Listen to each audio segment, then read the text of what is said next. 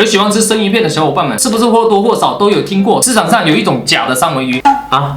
而导致每次吃三文鱼的时候都有些许的害怕，自己吃的会不会就是假的三文鱼？那么这世上是不是有真的假的三文鱼？那又算不算是假的呢？那么作为美食侦探的我，买来了大家心目中真正的三文鱼——挪威三文鱼，也就是大西洋鲑鱼，也买来了经常被大家骂假三文鱼的国产淡水红鳟鱼。以我靓仔的角度，给他们做个全方面的对比，给大家认识认识。有没有发现这样子看他们是不是有点像呢？不像啊。没错，他们都是三文鱼。咱们国内很多官方机构是将这个我们消费者认为假三文鱼的红鳟鱼合法归为三文鱼的，但是不像啊。那是因为三文鱼音译自英文 salmon， 中文意思为鲑鱼，并不是指某一种鱼，而是龟科鱼类的俗称。这个就是大西洋鲑鱼，这个就是淡水鲑鱼，还有什么太平洋鲑啊、银鲑啊、帝王鲑啊，在中文的字面意思就是鲑鱼，所以红鳟鱼也算是三文鱼，并没有错。但是在英文的字面意思里，红鳟鱼就不能算是三文鱼。鲑鱼的英文名之所以叫做 salmon， 那是因为在拉丁语中 summer 有跃升的意思。因为这鲑鱼它们产卵在淡水河里，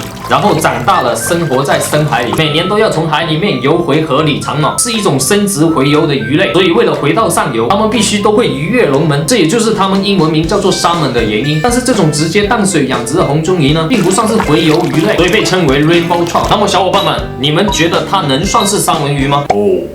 不过这都不是最重要的，最重要的是三文鱼会经常被拿来当刺身吃的关系。一个算是深海鱼，一个可是实实在在的淡水鱼啊。生吃海鱼虽然说还是会有如益坚线虫等寄生虫危害到我们的身体，但是毕竟咸水环境跟我们人体环境相差比较大，所以相对比吃这些寄生虫可以直接寄生在我们人体的淡水鱼类要安全的很多了。不过在这里也要强调一下，野生的海鱼我们还是不要生吃的好。这挪威的三文鱼是号称通过海洋无菌鱼塘人工养殖的，还相对的可以当刺身，但是兜兜转转到我们手里面，就算它没有寄生虫，其实也有很多细菌，所以就算要生吃一次也不能吃太多哦。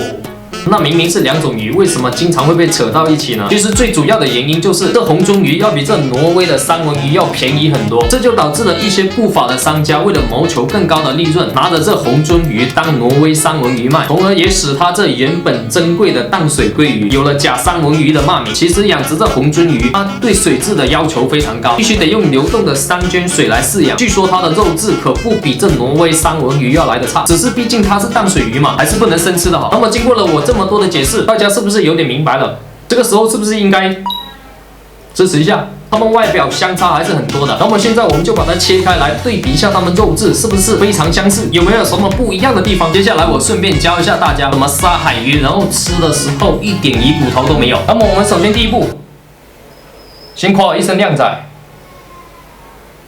第二步，先把头给割了。第三步，对着鱼中间锯开。现在第二棒也给它锯开。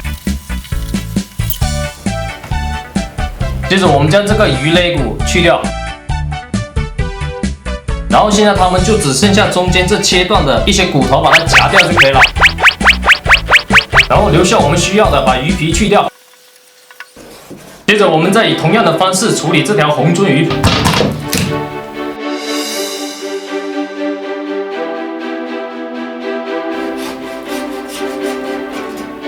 搞定。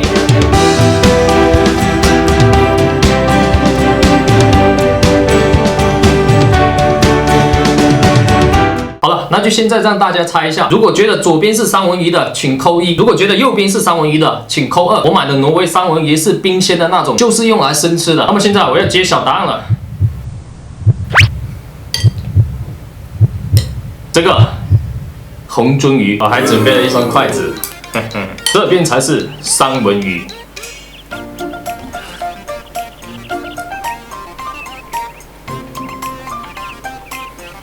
真的太久没吃三文鱼了，简直不要太完美了。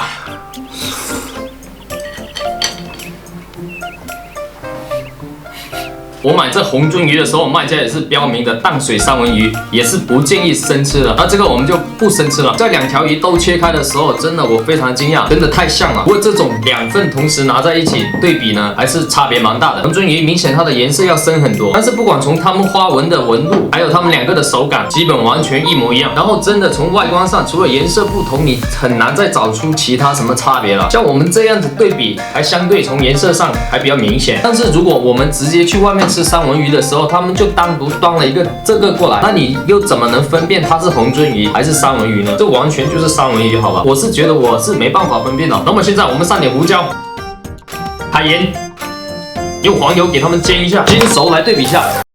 好了，这下子更加分不清了。这还能看出差别吗？这完全看不出差别啊！如果硬要说差别呢，这个还是红那么一点点。试一下味道吧，三文鱼。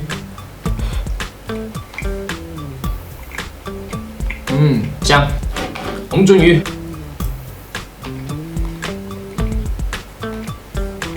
也香。我现在感觉就是现在同一种鱼，同一个口味，要怎么说出它们的差别？再以我靓仔的口味来说，真的完全没有差别，好吧？鲑鱼的味道，鲑鱼的味道，只能说最大的差别就是这个表皮被煎的酥脆一点，这个要多煎一下。你说这样放一起，你都很难分别了，更别说如果商家单独拿这样一个给你，还分别个毛线。我现在真的是完全可以理解一些商家。说心里话，真的这钱真的是不赚白不赚。就这样煎熟了吃，这红鳟的口感完全不输挪威的三文鱼。可以说这红鳟鱼算是一种非常物美价廉、珍贵美味的淡水鲑鱼，所以真的非常可惜，经过一些商家的操作之后呢，它变成了臭名昭彰的假的三文鱼。但是你这样煎熟来吃的话，它的口感真的绝对不会比挪威的三文鱼要差，但是它的价格要相对便宜很多。所以这红鳟鱼商家们的宣传可以完全不用去蹭这三文鱼的热度，就把它标记为一种淡水珍贵的鲑鱼，起码它这样煮熟起来口感在市场上绝对会大受欢迎。本来我拍这期视频是想和大家一起来找出它们的差别，那没办法了，既然熟肉没有差别，那刺身总该有差别吧？这是刚刚的红鳟鱼刺身，为了打败奸商，为了我们小伙伴不再花1万钱，我今天冒死也要找出差别。弹幕给我欧力给！